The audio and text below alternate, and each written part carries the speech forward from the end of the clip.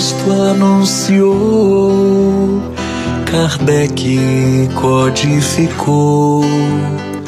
À luz de um novo tempo, a doutrina se firmou.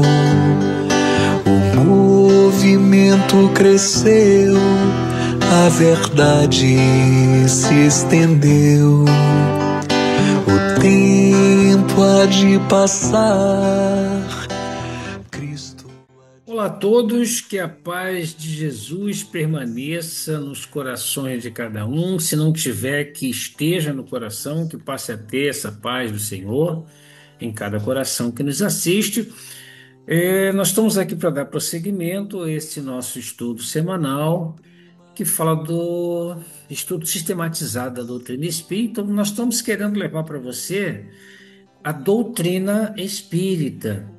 Se você já é um adepto da doutrina espírita, você vai analisar, vai verificar, vai rever conhecimentos, vai aprender um pouquinho mais, que a gente está sempre aprendendo. Se você não conhece o espiritismo e quer conhecer a doutrina espírita, nos acompanhe, porque o nosso objetivo aqui é levar até você doutrina espírita.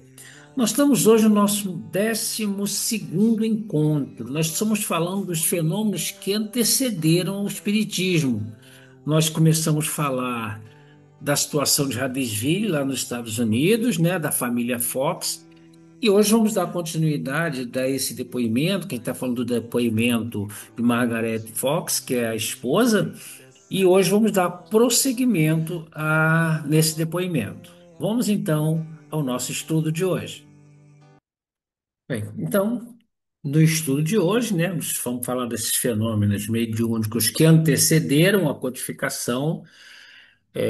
Estamos falando de Huddersville, da cidade de povoadozinho de Huddersville, e falando dessa família Fox, que foi assim o grande início, né? Estamos colocando como dois, porque é um prosseguimento. Agora a gente vai falar sobre depoimento. E sempre seguindo aí esse programa fundamental, o tomo um dessa edição, que é uma edição revisada da Federação Espírita Brasileira, a qual nós estamos acompanhando, porque ela é maravilhosa, ela detalha realmente o que é a doutrina espírita nesse seu início. Então, vamos lá. Depoimento da senhora Margaret Fox, a gente já falou um pouquinho, e vamos dar continuidade. Estes são os principais trechos do depoimento da senhora Margaret Fox sobre o mascate e que mais nos interessam para que a gente possa dar assim uma descrição viva desses acontecimentos de Huddersville naquela noite, né? Que assim, na realidade a coisa veio acontecendo, como nós já vimos anteriormente, com os outros dois ocupantes da casa, as outras duas famílias. E quando chega então a família Fox, tudo fica mais intenso, e nesse dia 31 de março de 1848 foi quando a coisa eclodiu. E aí, o que que a gente vê então?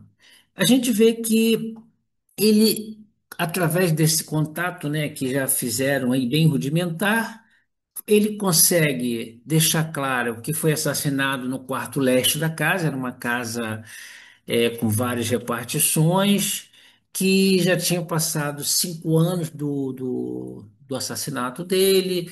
E aí, como é que foi feito, onde é que foi feito, que hora foi feito, fala o nome de quem o matou, né? Porque na realidade sabia-se quem era, sabia-se, que eu digo assim, ali pela descrição dele, sabia que era realmente quem poderia ter cometido esse assassinato, que era a família Bell. A família Bell, nós temos o senhor Antônio Bell e a Lucrécia Bell.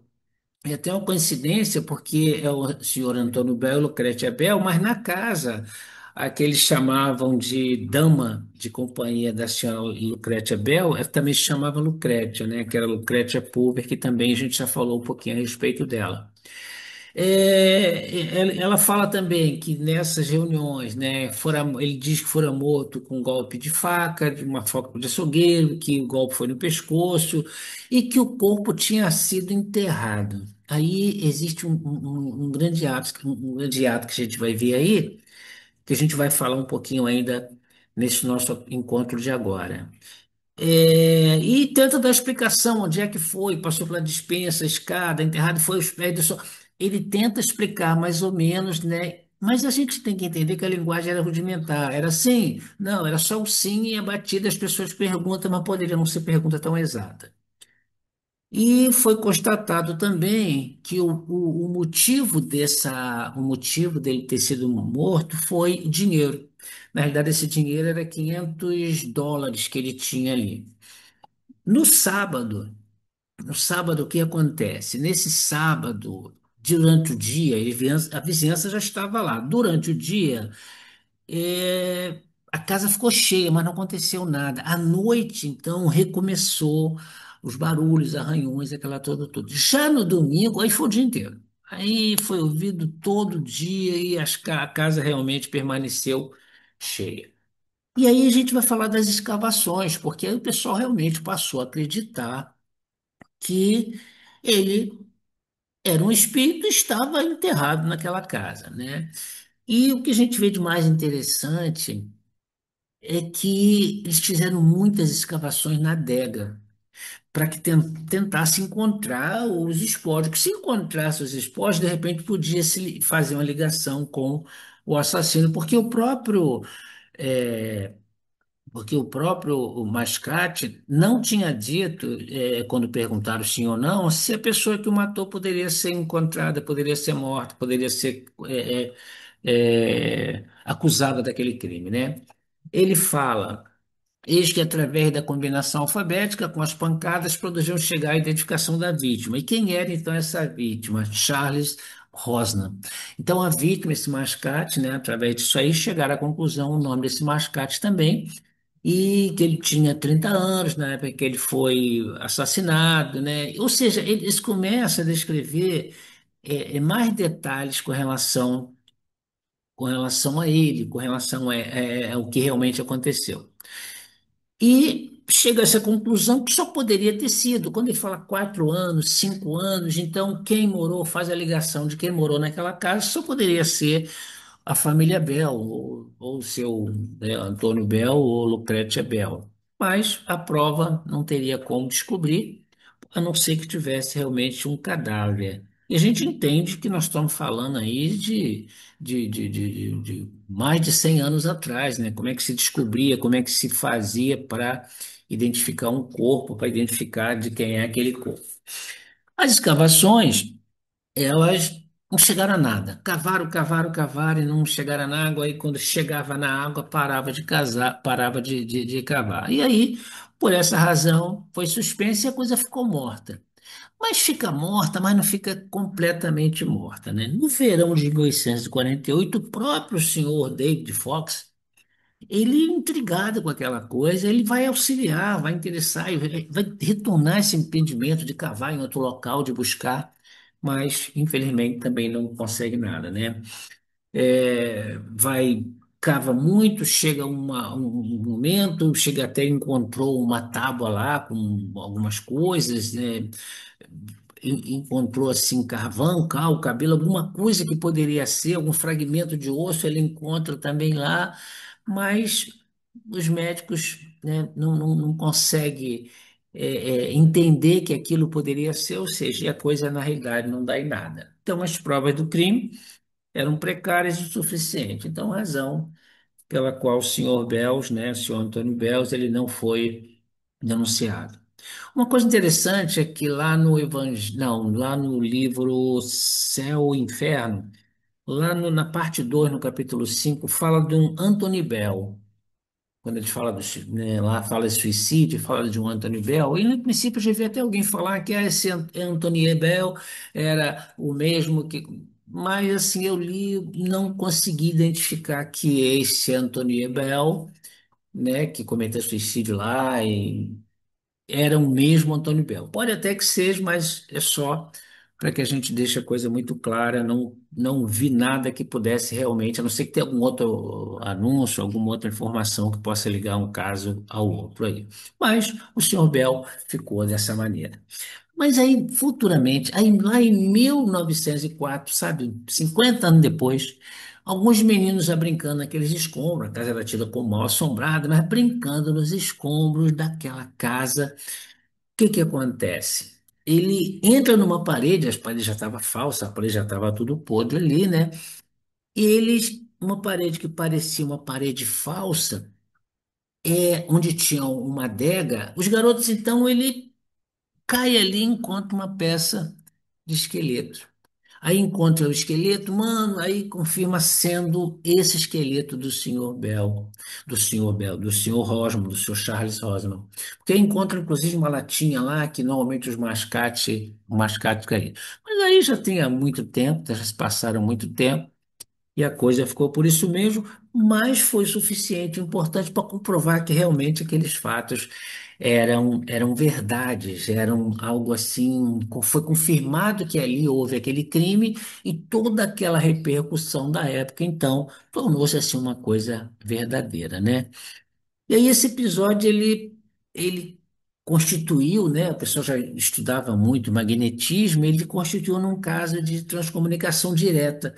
Então, aí começa a se estudar novamente essas coisas aí, porque as evidências ficaram muito fortes. Liga-se o fato a esse, poxa, a coisa realmente, na época, pode ter tido assim como algo de brincadeira, algo de ilusão, e agora verifica-se que é uma grande verdade, né? E isso vai fazer com que futuramente o codificador também faça essa ligação para que a gente tenha hoje a doutrina espírita. Bem, aí o que acontece? Esses fenômenos, eles começaram quando eles se expandiram muito e foram mostrados assim de uma forma pública, né? Porque não tinha como esconder isso, né? E aí acontece uma questão complicada, porque os Fox, família, né? é, as filhas principalmente, né? Eles ficaram, sabe, ficou como um fanatismo, ficou como ficou como uma intolerância por parte das pessoas, né? Que tinham uma determinada fé, achando que aquilo ali era coisa, de repente, até, não sei, num pensamento, mas de bruxaria, de ocultismo, alguma coisa assim. E resolveram testar, botar publicamente lá para que elas testassem os fenômenos, né, para que população reunida, ou seja, imagino como ficou a cabeça dessas meninas aí, né, como é que elas passaram por isso. E levaram ela reunida lá nesse Corinthian Hall, né, que seria o maior salão da cidade de Rochester, e essas apresentações, né, que reuniram, não que elas quisessem já tinha passado por vários exames rigorosos, três comissões foram declaradas verdadeiras aqueles atos ali. E, como a gente entende, né, a pessoa quando vê alguma coisa quer descobrir, quer saber mais, né, um tumulto muito grande, todo mundo queria entender, queria saber o que estava acontecendo ali. Acredito que muitos descrentes e muitos realmente acreditando que aquilo podia ser uma realidade, mas enfim, somos nós, seres humanos, né? Com essa coisa toda, quase que lincharam as jovens, as irmãs Fox. Mas houve uma perseguição tão grande, né, em consequência de tudo isso, da coisa ficar muito pública, né, e que teve essa coisa negativa, mas também teve algo positivo, porque se as pessoas estão falando tanto, estão julgando, estão condenando, estão criticando, estão elogiando, tem alguma coisa aí. Então, com isso, poucos anos depois, já havia alguns milhares de seguidores, não do espiritismo, que ainda não tinha nascido, mas do espiritualismo moderno lá nos Estados Unidos, ou seja, dessa crença da existência de alguma coisa, existência de que as coisas que nós continuamos, que existe alguma coisa além do sepulcro. Isso foi muito importante. E aí, esse movimento ele começa realmente a se espalhar depois de toda essa situação. As duas garotas, né, a Margarete e a Kate principalmente, elas foram afastadas da casa dela, que a coisa ficou muito complicada. Achava que tudo estava acontecendo e na realidade elas parecia que estava atraindo, parece que a espiritualidade utilizou elas para que elas disseminasse mesmo a coisa dessa, sabe, desse que até então o sobrenatural. E aí a Margarete, ela sai de lá e passa a morar com o irmão David Fox. A Kate, ela muda-se para Rochester, né? E ela onde ela fica com a sua irmã Leah, que também tinha essa mediunidade, que na idade até aumentaram, mas o interessante é que os ruídos, os espíritos realmente se apoderaram da mediunidade delas e parecia que ia se espalhando todo esse acontecimento para todos os lados e elas foram também sendo conduzidas dessa forma, né? E foi contagiando de verdade, né? Até a irmã Leá, né, que a gente já falou um pouquinho dela no nosso encontro passado, ela passa também a apresentar esses fenômenos, e ela escreve um livro, a gente já falou sobre esse livro também, e começou a se espalhar não só com a família, surgem outras famílias também, começa a espalhar. E a gente vai ver que não só nos Estados Unidos que a coisa então começa, parece que a espiritualidade jogou ali, agora apareceu, continuou, começou a jogar para todos os lados do mundo, ou seja, a presença da espiritualidade se manifestando como uma nuvem psíquica, né, descendo do alto e mostrando às pessoas suscetíveis do que era aquilo ali. Esse movimento, então, ele vai se espalhando, né, como eu falei, para todo mundo, né, e afirmando que realmente existe essa comunicação, que tudo começa com as irmãs Fox. E a gente vai ver um grande observador, Isaac Postre, que ele teve, diante de tudo isso acontecendo, ele teve a ideia, né, de falar, tipo, ele falava, combinou com, né, dentro dessas reuniões, em termos de pancadas, pancada mais forte. Ele falava a letra A, B, C, D. Quando ele falava, pausando entre uma letra e outra, e quando ele falava determinada letra que o espírito queria formar uma palavra, ele dava-lhe uma pancada, né, para ele compreender. Ele batia uma pancada mais forte. Eu quero escrever casa. A, B, C. Opa, C. A, K. A, B, C, D, S. Então, ou seja, e aí ele ia formando letra, uma coisa bem simples, mas foi assim que começou o que ele ficou chamando de telegrafia espiritual, né? Telegrafia espiritual.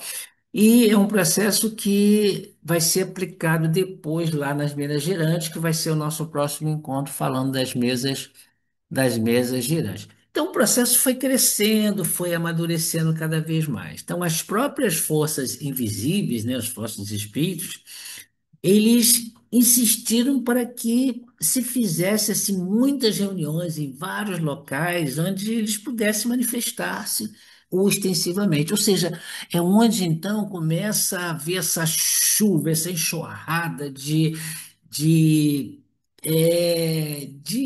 processos mediúnicos, de manifestações mediúnicas, já preparando a chegada da doutrina espírita. E aí foi através desse processo, né, o uso desse alfabeto, telegrafia espiritual, como ele chamou o nome, como ele deu o nome, que os espíritos enviaram mensagens reveladoras. E a gente tem um exemplo de uma mensagem reveladora. Eu fico imaginando quanto tempo demorou mandando essa mensagem, né? Quanto tempo demorou mandando as mensagens. E a mensagem foi a seguinte: caros amigos, deveis proclamar ao mundo estas verdades. É a aurora de uma nova era, e não deveis tentar ocultá-la por mais tempo. Quando houverdes cumprido o vosso dever, Deus vos protegerá, e os bons espíritos valerão por vós. Olha a mensagem. Olha a mensagem dando início. Agora é para valer, né?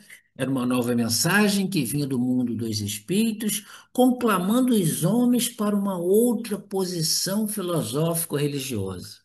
Olha chegando aí. Olha a doutrina espírita chegando aí, essa doutrina de amor, de luz, filosofia, ciência, religião, quebrando paradigmas e cumprindo a promessa do Cristo, que enviaria um outro paracleto para que ficasse conosco para sempre. Bem, e assim a gente termina mais um dos nossos programas. pedindo a Deus que nos abençoe, pedindo para que você nos acompanhe, para que você se inscreva em nosso canal, para que você divulgue e para que a gente consiga realmente aumentar cada vez mais o número de pessoas que tenham o conhecimento e aí possam decidir se querem ou não, se gostam ou não, se acreditam ou não no que é a doutrina espírita. Mas o nosso propósito é esse, como eu já disse, falar de doutrina espírita. Então a gente solicita que vocês se inscrevam, que vocês acionem o sininho ali para receber essas informações, que vocês compartilhem, vamos estudar juntos, vamos estudar. E como aqui a coisa é online, né? Está sendo gravada e você vai ver em qualquer momento e ver tantas vezes quiserem, você pode entrar em contato conosco, fazer perguntas, procurar saber. Nós precisamos questionar, precisamos questionar. Então, no finalzinho, a gente coloca aí o nosso e-mail, o nosso Zap, né? O WhatsApp, que agora está muito mais prático pelo WhatsApp, e nós prometemos responder, dar alguma resposta para você. Vamos estudar para dar essa resposta. Então, que a paz do Senhor fique presente em nossos corações e até o nosso próximo encontro.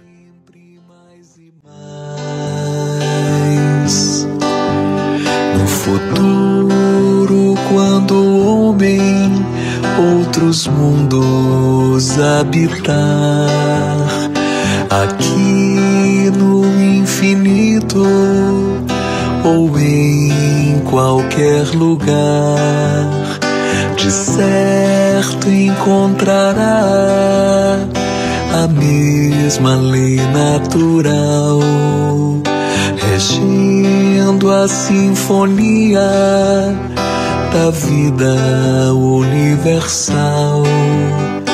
Nascer, morrer, renascer ainda e progredir sem cessar, tal é a lei. Nascer, morrer, renascer ainda e progredir sem cessar, tal é a lei.